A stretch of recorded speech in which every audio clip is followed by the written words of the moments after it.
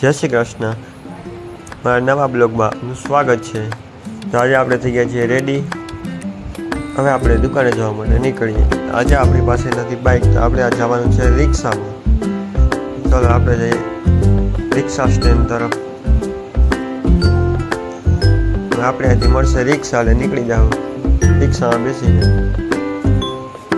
આપને મળી ગઈ છે રિક્ષા. ડ્રાઈવર હતા એવી, તો આપણે ફટાફટ પુગાડી દીધા છે.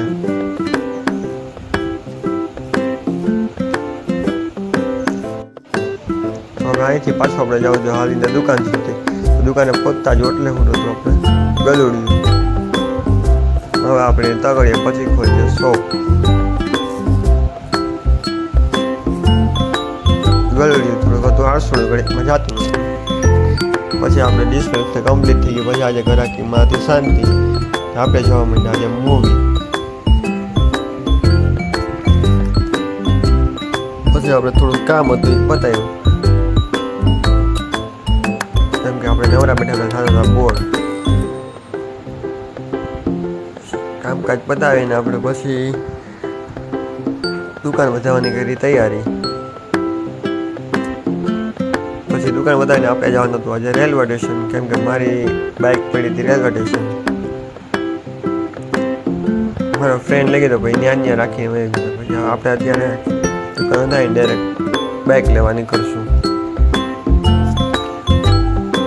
બાઇક લઈને વહી જશું ઘરે.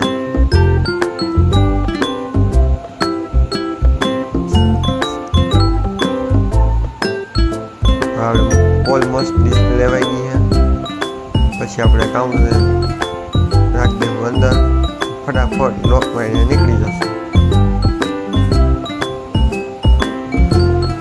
હવે આપણે નીકળી ગયા છીએ રેલવે સ્ટેશન જવા માટે. નીકળતા જ આપણે મળ્યું ટ્રાફિક. ટ્રાફિકમાંથી આપણે નીકળતા ફટાફટ પહોંચવા એવા રેલવે સ્ટેશન. રેલવે સ્ટેશન પહોંચતા જ આપણે બાઇક કાઢીને વયા જશું ઘરે. આપણે પહોંચી ગયા છીએ રેલવે સ્ટેશન.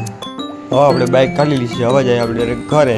બ્લોગ ગમ્યો હોય તો લાઈક કરજો, શેર કરજો. જય શ્રી કૃષ્ણ.